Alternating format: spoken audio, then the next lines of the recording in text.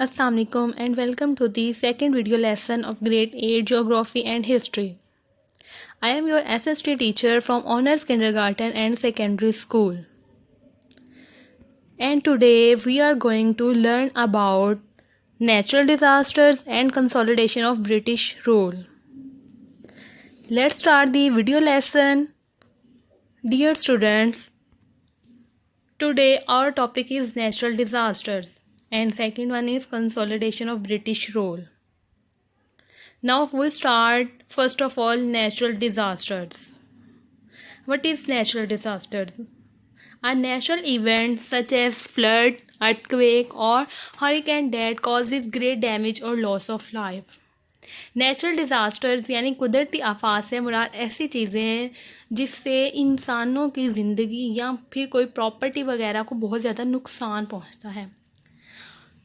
Any natural phenomenon which may cause loss of life and property for man is called natural disasters, like as volcanism, landslides, desertification, floods, cyclones, earthquake and forest fires are such natural phenomenon. ये तमाम कुदरती अवामिल हैं which cause destructions for mankind, जो कि इंसानों की तबाही का सबब बनती हैं.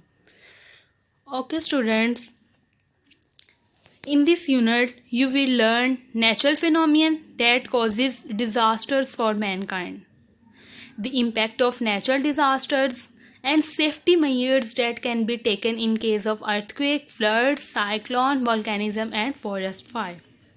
इससे सबसे पहले आपको नेचुरल फिनोमियन और नेचुरल डिज़ास्टर्स के बारे में बताया गया. उसके बाद उसका इम्पैक्ट क्या होता है, क्या असरात होते हैं इंसानों की ज़िंदगी में, उसके बारे में आपको बताया जाएगा. और फिर लास्ट पे है कि इसके लिए हम लोग कौन सी सेफ्टी मेजर्स कर सकते हैं, इनसे बचाव के लिए कौन सी तदाबीर कर सकते हैं, वो उनको डिस्कस किया जाएगा. First, volcanism. What is volcanism? The formation of molten rocks material like as magma inside the earth and the process of its coming out on the earth surface is called volcanism. यानी कि ऐसा material जिसे हम magma कहेंगे जो ज़मीन के अंदर होता है, जब वो ज़मीन को खोलते हुए बाहर आता है तो वो ज़मीन की सतह पर आकर जो सूरत इख्तियार कर लेता है वो वोल्केनिज्म कहलाती है, यानी कि आतिशफिशा.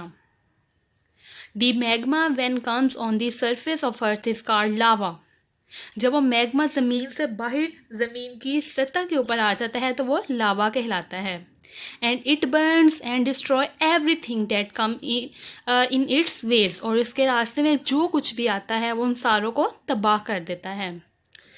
Sometimes it comes out with an explosion or causes an earthquake. बाज़ औक़ात ये वोल्केनिज्म या मैग्मा जो है ये अर्थक्वेक ज़लज़ले के आने की वजह से होता है. Sometimes volcanic ash also come out with lava and gases during volcanism. This ash may rise in the atmosphere up to several miles and causes environmental pollution.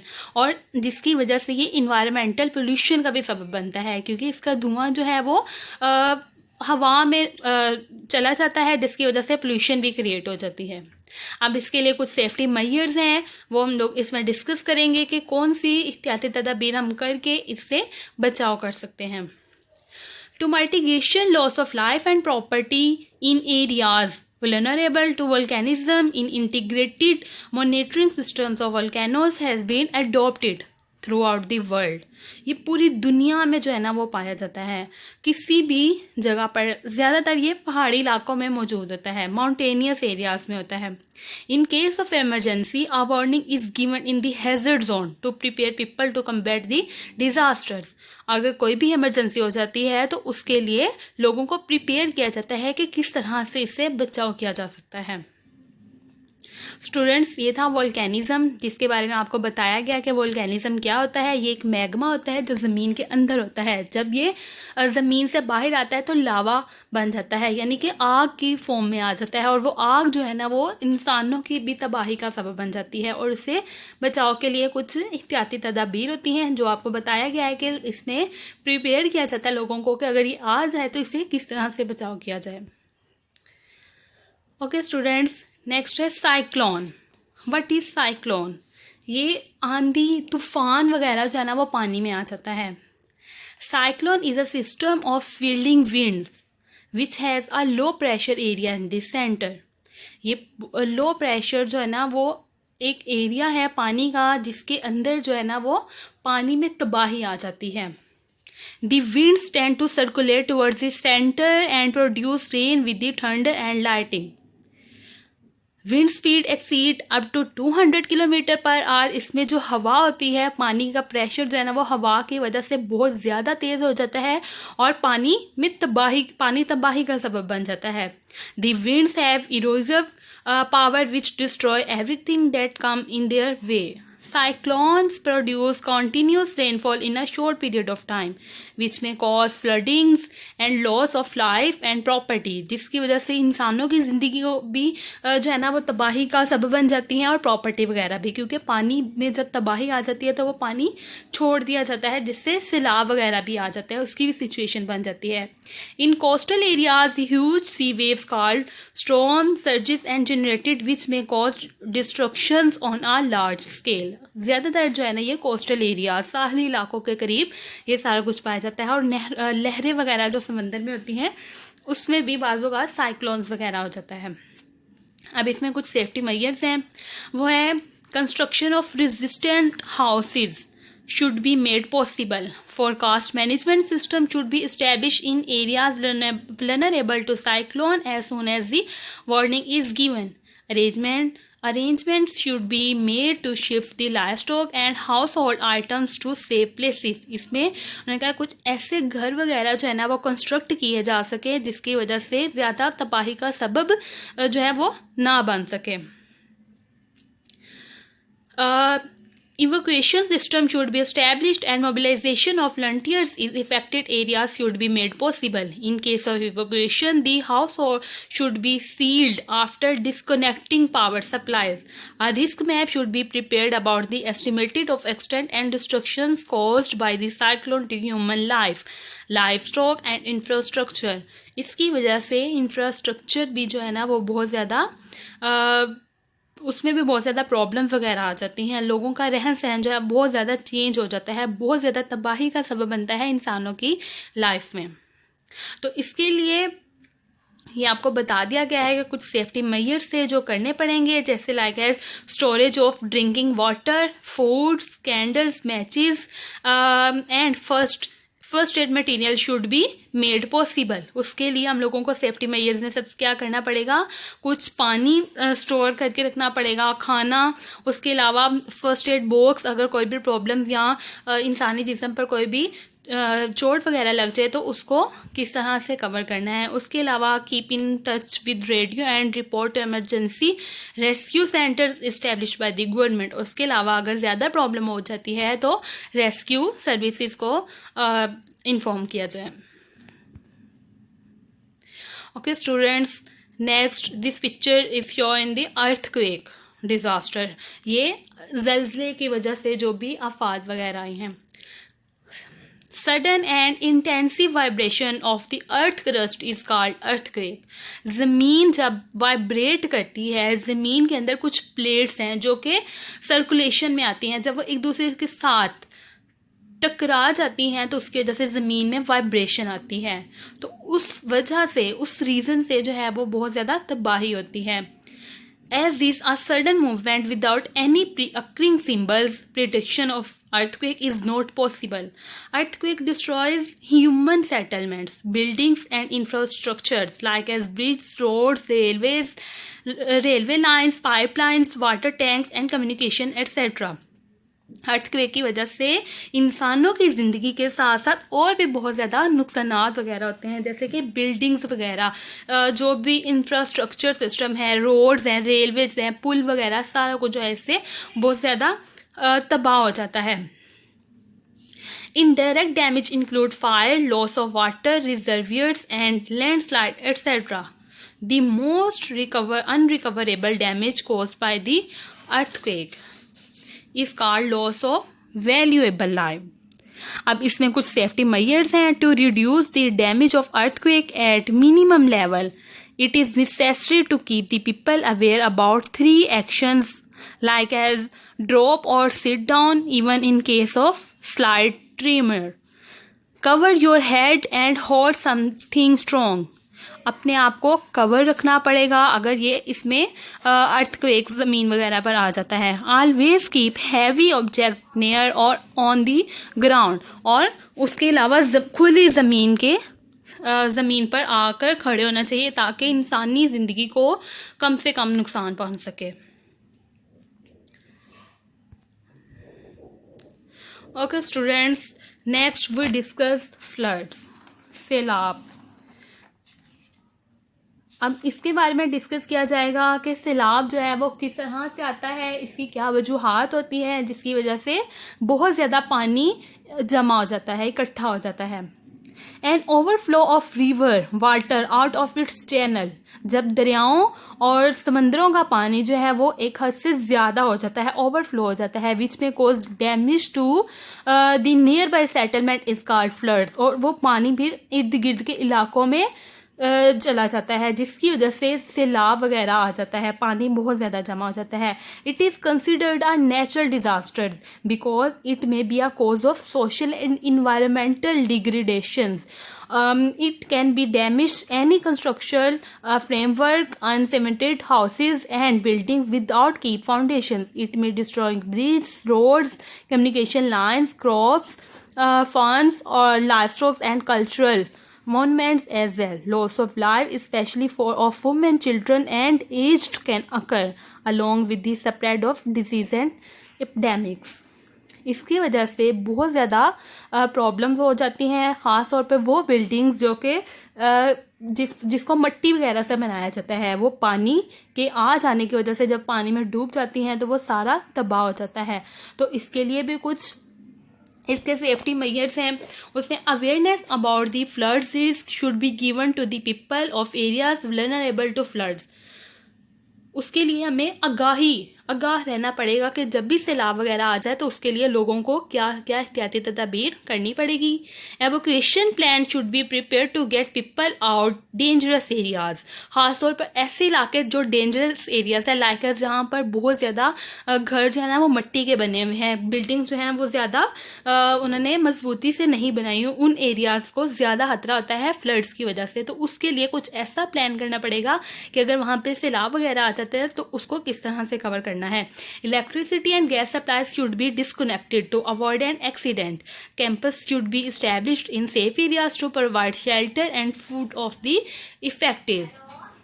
Proper arrangement should be made for the return of affected to their homes. Efforts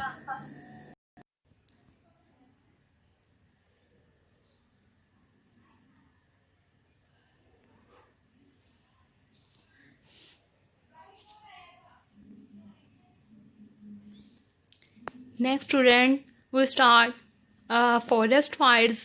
The term forest fire is used for such uncontrollable fire which burns forest and other type of vegetation and cause damage to the associated wildlife. जंगलात की आग की वजह से जंगलात को बहुत ज़्यादा तबाही का सबब बन जाते हैं. उस जंगलात में आग लग जाती है, दरख्तों की लकड़ियां जल जाती हैं, उसके अलावा जितना भी सब्ज़ाजात होता है वो भी फॉरेस्ट फायर की वजह से बहुत ज़्यादा नुकसान का सबब बन जाता है. There are various causes of forest fire which can be either natural like as lightning associated with thunderstorms or human like as accident, negligence or criminal act, etc. Forest fire badly affected the ecological system of the forest. ये बहुत ज़्यादा bad effect करता है. It may result in loss of life and property in the nearby settlement. इसकी वजह से इंसानों से ज़्यादा जो है ना वो प्रॉपर्टी को और जंगलात वगैरह को ज़्यादा तबाही का जो है ना वो बायस बनना पड़ता है. It destroy agricultural products like as woods, fruits and crops. फल, सब्जियां, फसलें वगैरह, उसके अलावा दरख्तों की लकड़ी इसकी वजह से बहुत ज़्यादा तबाह हो जाती है. It increases the temperature and causes environmental pollution. और environmental pollution भी बहुत ज़्यादा इसकी वजह से हो जाती है. It disturbs the watershed areas and it may have a negative impact on human health and economic activities. इसकी वजह से इकोनॉमिक इकोनॉमिक एक्टिविटी बहुत ज़्यादा जो है ना वो इफ़ेक्ट होती है, बहुत ज़्यादा उसको उस पर नुकसान बर्दाश्त करना पड़ता है। तो इसके लिए कुछ सेफ्टी मेजर्स हैं, जैसे कि almost 52% of forest fires are result of human negligence. इंसानों की जो है ना वो सुस्ती और नाकामी की वजह से 52% जो जंगलात हैं वो इसके ज़िम्मे में आ जाते हैं। So care and planning are the key issues involve in safety measures. उसके लिए हमें कुछ केयर्स और प्लानिंग्स वगैरह करनी पड़ेंगी। It areas vulnerable to forest fire, avoid planning of development projects and settlement. If inevitable, use fire resistant material in constructions, clear the areas around forest from bushes, plants, dry leaves and broken branches which may aid the process of fire. Do not store inflammable material like natural gas and petrol etc. उसकी वजह से हमें ये ज़्यादा मवाद जो है ना वो फॉरेस्ट के करीब इकट्ठा नहीं करना चाहिए। इसकी वजह से भी जंगलात में जल्दी आग लग जाती है। तो ये इसकी कुछ सेफ्टी मेजर्स वगैरह हैं कि हमें ऐसा मटेरियल इकट्ठा नहीं करना चाहिए जिसकी वजह से आग जल्दी लग जाने का बायस बने। Okay students, this chapter make clause and summary in this chapter. First point is Pakistan has been a victim of natural disaster from the past. Pakistan को पहले जो है ना बहुत ज़्यादा नेचुरल डिज़ास्टर जो है ना उसका सामना करना पड़ा, क्योंकि उसमें कुछ सेफ्टी मेजर्स वगैरह नहीं थे जिसकी वजह से बहुत ज़्यादा तबाही हो जाती थी। Forest are considered valuable national assets throughout the world. जंगलात जो है ना वो पाकिस्तान या दुनिया के किसी भी मुल्क में बहुत ज़्यादा अहम है, किसी भी कंट्री का एसेट्स हैं। उसके बगैर जो है ना वो कंट्री का कोई भी काम जो है वो मुमकिन नहीं है। जैसा कि इसमें लकड़ी जो है ना वो जंगलात की लकड़ी बहुत ज़्यादा ज़रूरी होती है। उसके अलावा ग्रीनरी बहुत ज़रूरी है, ट्रीज़ वगैरह इस सब कुछ जो है वो बहुत ज़्यादा किसी भी कंट्री के लिए ज़रूरी है। So forest are considered valuable national assets, ये कौमी असासा है किसी भी कंट्री का। Safety measures can reduce the effects and damage of natural disasters. तो अगर हम लोग कुछ सेफ्टी मेजर्स अगर इनको ख़त्म कर देंगे, अगर इन्हें रिड्यूस किया जाएगा तो ही नेचुरल डिज़ास्टर जो है ना वो ज़्यादा डैमेज करेंगे इंसानों की लाइफ को। तो इसलिए हमें कुछ सेफ्टी मेजर्स करने चाहिए ताकि हम लोग ये तमाम चीज़ों से बचाव के लिए कुछ ना कुछ कर सके। Volcanism also comes out from volcanoes with a long lava and gases. Volcanism की वजह से जो प्रॉब्लम वगैरह आती हैं वो आपको डिस्कस करके बता दिया गया है कि उसमें लावा होता है, उसके अलावा उसमें लावा के साथ उसमें मैग्मा वगैरह आ जाता है। तो स्टूडेंट्स ये था आपका ज्योग्राफी का चैप्टर फर्स्ट, इसका यूनिट नंबर 4 था नेचुरल डिज़ास्टर्स। उसके बारे में आपको सारे चैप्टर डिस्कस करके बताया गया, उसकी समरी भी आपको बता दी गई, एक्सप्लेन किया गया। और नेक्स्ट हम स्टार्ट करेंगे हिस्ट्री का chapter.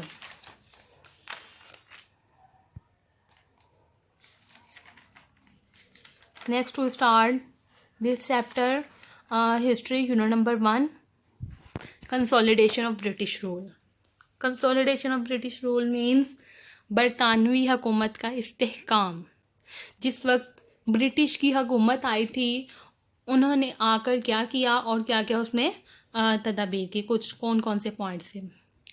Students in this unit you will learn establishment of East India Company, dissolution of East India Company, social reforms in Indo-Pak subcontinent during the British period, and next communication development during British period, economic policy of British period and educational policy of British government. Students, first of all we'll discuss what is East India Company. The East India Company was an English company formed for exploitation of trade with East and Southeast Asia and India. ये जो company है British ने इसे adopt किया था और उसके लिए इस्टेब्लिश इसको ब्रिटिश ने किया था। और ये जो कंपनी है ये ट्रेड के पर्पस के लिए बनाई गई थी, तिजारत की गर्ज से बनाई गई थी। First we discuss establishment of East India Company. East India company को किस तरह से इस्टेब्लिश किया गया और किसने इस्टेब्लिश किया और ये किस ईयर में इस्टेब्लिश की गई। Before the arrival of British in India, जिस वक़्त ब्रिटिश के लोग इंडिया में आए थे उससे पहले Arab traders use to visit India for the purpose of trade. तो अरब के लोग उसको ट्रेड के पर्पज़ के लिए यूज़ कर रहे थे। They pursued trade with India and earn huge profit, और वो ट्रेड की गर्ज से बहुत ज़्यादा प्रॉफिट जो है ना वो अर्न कर रहे थे। They began to take Indian goods to Europe for trade purpose and develop goods relationship with European people। वो ट्रेड के साथ साथ जो है ना वो जो ट्रेड कर रहे थे यूरोप के लोगों के साथ कर रहे थे। तो यूरोप के लोगों के साथ ट्रेड के साथ साथ बहुत ज़्यादा अच्छा रिलेशनशिप भी उन्होंने उनके साथ क्रिएट किया था। First of all Portuguese traders came to India and earn huge profit. उसके बाद पोर्तुगीज़ के लोग आए, उन्होंने ट्रेड शुरू की और उसके साथ उन्होंने भी बहुत ज़्यादा उसमें से प्रॉफिट अर्न किया। In 1600, the British traders, after getting royal permission from the Queen of England, established the East India Company for the purpose of trade। जो ईस्ट इंडिया कंपनी है ये ब्रिटिश ट्रेडर्स ने इसको स्टार्ट किया था, और ये जो स्टार्ट की गई थी 1600 में स्टार्ट की गई थी। स्टूडेंट्स, नेक्स्ट है dissolution of East India Company. After the war of independence in 1858 में जो जंग अजीम हुई थी उसके बाद the rule of East India Company came to end. तो ईस्ट इंडिया कंपनी का जो है ना वो एंड हो चुका था, वो डिसॉल्व हो चुकी थी। British rule was established and powers were transfer to British crown, और ब्रिटिश के लोगों ने इसे फिर इस्टेब्लिश किया। The British government rule India for 90 years. British के लोगों ने वहाँ पर 90 साल तक जो है ना वो हुकूमत की थी। British viceroy was appointed in India who used to exercise all powers। British के जो वायसरॉय था यानी कि वहाँ का जो सुल्तान बादशाह वगैरह था उसे इंडिया के लोगों ने अपॉइंट किया था, और who use to exercise all powers, और तमाम की तमाम पावर्स जो है ना वो उसके इख्तियार में दे दी गई थी, और फिर दोबारा से इसको रीन्यू किया गया। नेक्स्ट है social reforms in Indo Pak subcontinent during the British periods. Social reforms में the British government took the following steps to reform the society. इसके लिए कुछ स्टेप्स थे। इसमें फर्स्ट है caste system, second prohibition of sati, third one is under age marriage, and first will discussed caste system. There was a caste system in Indian society. Hindu society was divided into 4 caste system. First one is Brahmins, second one is Kshatriyas, Vaishya and Shudras. They were assigned with different jobs. Brahman was the highest caste while the Shudra was the lowest caste. इसमें 4 caste systems हैं, लेकिन इसमें जो सबसे highest थी वो ब्राह्मण थी और जो सबसे lowest वो शूद्रस थी। ये caste system जो है उस वक्त डेवलप किया गया था, लेकिन जिस वक्त ब्रिटिश की हुकूमत आई उन्होंने सारे कास्ट सिस्टम को ख़त्म किया और तमाम लोगों को इक्वली जो है ना वो दर्जा दिया। नेक्स्ट है prohibition of Sati. Sati means बेवा, बर्निंग ऑफ हिंदू विडो, यानी कि उस वक़्त हिंदुओं के जो बेवा होती थी उनके साथ क्या सलूक किया जाता था। उसमें women were look down upon in the Indian society. In Hinduism a widow burning her self on the funerals of her husband was known as sati, यानी कि अगर उस वक़्त के ज़माने में अगर किसी औरत के हस्बैंड की डेथ हो जाती थी तो उसके जनाजे के बाद उसको सती का दर्जा दिया जाता था उसकी बीवी को। Sati was prohibited in Sikh religion. ख़ास तौर पे जो सिख लोग थे उन्होंने अपने मज़हब में इसको बहुत ज़्यादा किया हुआ था सती को, लेकिन यानी कि उसमें यह था कि जो बेवा थी वो सारी ज़िंदगी दोबारा शादी वगैरह नहीं कर सकती थी। लेकिन in 1829 Lord William Bentinck had prohibited sati in Bengal and declared in unlawful. लेकिन 1829 में लॉर्ड विलियम आए और उन्होंने सती का जो रूल था उसको ख़त्म किया, इसको अनलॉफुल कर दिया, and the British government allowed the widow to remarry. और ब्रिटिश की गवर्नमेंट ने उस वक़्त यह लो किया कि जो विडो है, बेवा है, वो दोबारा से शादी कर सकती है। Next under age marriage. Under age marriage of girls was a common practice in India as they were seen to be an economic burden, but the British government made a law. Underage marriage was effected fixed at 14 years for girls and 15 years for boys. उन्होंने जो उस वक़्त as fix की थी वो थी girls के लिए 14 ईयर्स की एज में शादी और बॉयज़ के लिए 15 ईयर्स एज। लेकिन ब्रिटिश की हुकूमत आई, उन्होंने ये सारा सिस्टम ख़त्म किया। और लड़कों के लिए 18 ईयर्स की एज और लड़कियों के लिए 16 ईयर्स एज जो है ना उसको फाइनल किया। Next, communication development during the British period. Communication system जो है वो उसको किस तरह से डेवलप किया गया। British government develop following communication system during its rules. जिस वक्त ब्रिटिश की हुकूमत आई उन्होंने कम्युनिकेशन सिस्टम को भी बहुत ज़्यादा डेवलप किया। उसमें 2 पॉइंट्स हैं, postage and telecom and roads and railways. Postage and telecom. The postal department was organized modern lines as the British government was in need of efficient postage system to send orders throughout the country. किसी भी country का एक country से दूसरी country में अगर order पहुंचाना होता था तो उसके लिए जो सिस्टम यूज उस वक्त किया जाता था वो पोस्टेज का सिस्टम था, यानी कि उसमें आप अपने कोई भी मैसेज वगैरह को पोस्ट के जरिए जो है ना वो सेंड कर सकते थे। New post office were open and train people were appointed in 1887। General post office like S GPO was established in Lahore. उस 1887 में लाहौर में भी, पाकिस्तान में लाहौर में एक जो है ना वो जनरल पोस्ट ऑफिस इस्टेब्लिश किया गया और उसमें भी ये सारा पोस्टल सिस्टम किया गया, अलाउ किया गया। Next, railways and roads, means of communication are very important for economic development and stability of our country. किसी भी कंट्री की स्टेबिलिटी के लिए और इकोनॉमिक पॉलिसी के लिए जो है ना वो कम्युनिकेशन सिस्टम बहुत ज़्यादा इफेक्टेड होता है, बहुत ज़्यादा इंपॉर्टेंट रोल प्ले करता है। During the British period railways was the fastest means of communication. The British government improve the existing roads and constructed new roads throughout the subcontinent. लेकिन जिस वक्त British के लोग आए उन्होंने दोबारा से इम्प्रूव किया रोड्स और रोड्स का सिस्टम, न्यू रोड सिस्टम जो है ना वो कंस्ट्रक्ट किया। They also constructed breeds over canal and reverse on the way of road. उसके अलावा उन्होंने पुल वगैरह का सिस्टम, नहरों का सिस्टम, दरियाओं का सिस्टम, इन सारे सिस्टम को भी बहुत ज़्यादा जो है ना वो इस्टेब्लिश किया, रीन्यू किया, इनको कंस्ट्रक्शंस के लिए बहुत ज़्यादा इस पर मेहनत की। क्योंकि कम्युनिकेशन का सिस्टम, रोड्स एंड रेलवेज है ना, ये भी कम्युनिकेशन सिस्टम का एक ज़रिया है। इसके ज़रिए से ही आप अपना एक मैसेज जो है वो दूसरी कंट्री तक पहुंचा सकते थे, तो उसके लिए भी इस सारे सिस्टम को इम्प्रूव करना बहुत ज़रूरी था। Next, economic policy of British. The British government had taken to the following steps. Economic policy, British ने इकोनॉमिक पॉलिसी को किस तरह से इस्टेब्लिश किया उसके लिए भी कुछ स्टेप्स है। फर्स्ट है, the British introduced new system of taxes, measures and weights and introduced new currency. British की जिस वक्त हुकूमत आई उन्होंने न्यू टैक्स का सिस्टम जो है वो इस्टेब्लिश किया। और पहले ज़माने में क्या होता था, हर एक चीज़ के ऊपर टैक्स लगा दिया जाता था, लेकिन ब्रिटिश हुकूमत ने उस वक्त हर चीज़ से टैक्स हटा के कुछ बहुत ज़्यादा मेन चीज़ों पर टैक्स लगाया और एक न्यू जो है ना वो टैक्स सिस्टम इंट्रोड्यूस किया। उसके अलावा न्यू करेंसी को भी इंट्रोड्यूस किया। Second, a proper system of railways and roads was established, developed canal system and constructed bridge and over canals. ये आपको पहले पीछे डिस्कस किया गया है कि जिस वक्त ब्रिटिश की हुकूमत आई उन्होंने रोड्स एंड रेलवे का सिस्टम और कम्युनिकेशन सिस्टम को भी बहुत ज़्यादा डेवलप्ड किया, उसको दोबारा से कंस्ट्रक्ट किया। Third point, a law of ownership of properties was introduced.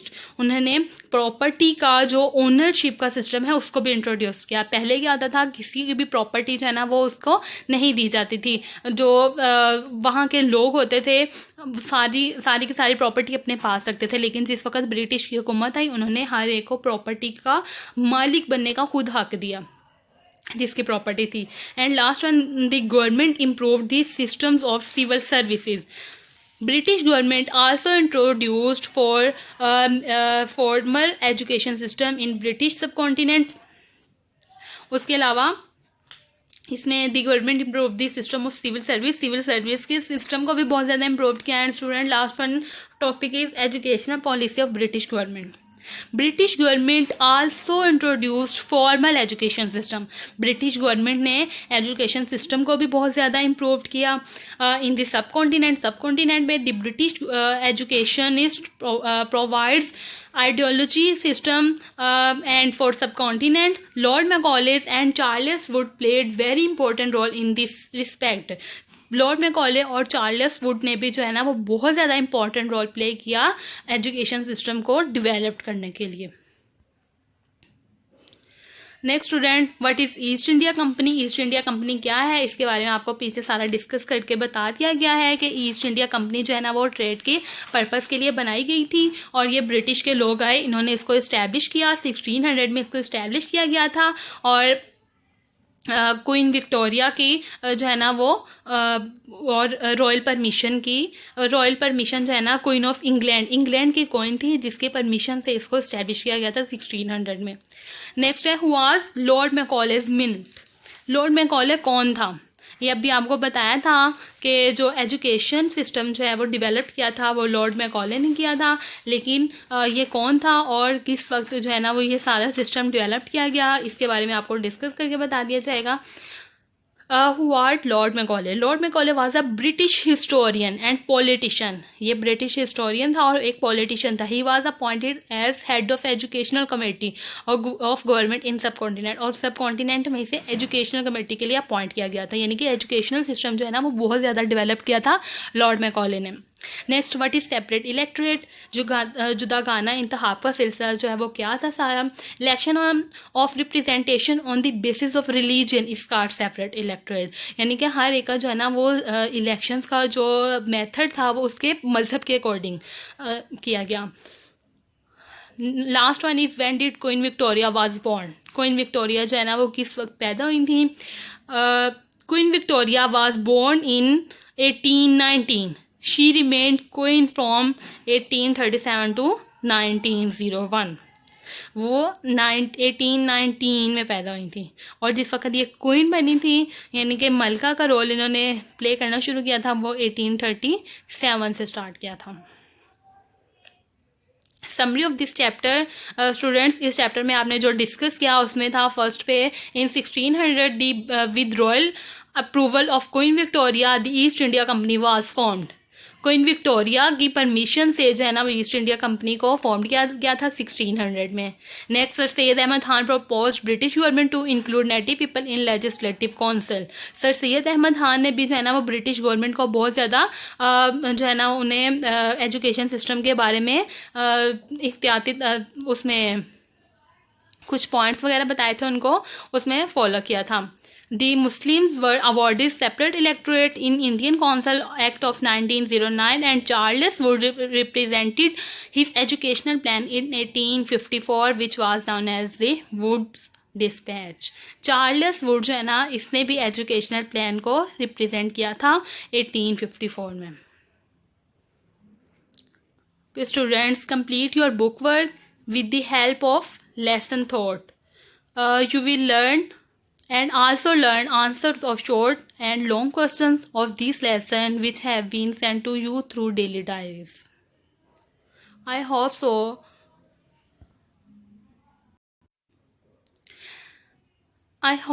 You will completely understood all concepts. Thanks for watching. Allah Hafiz.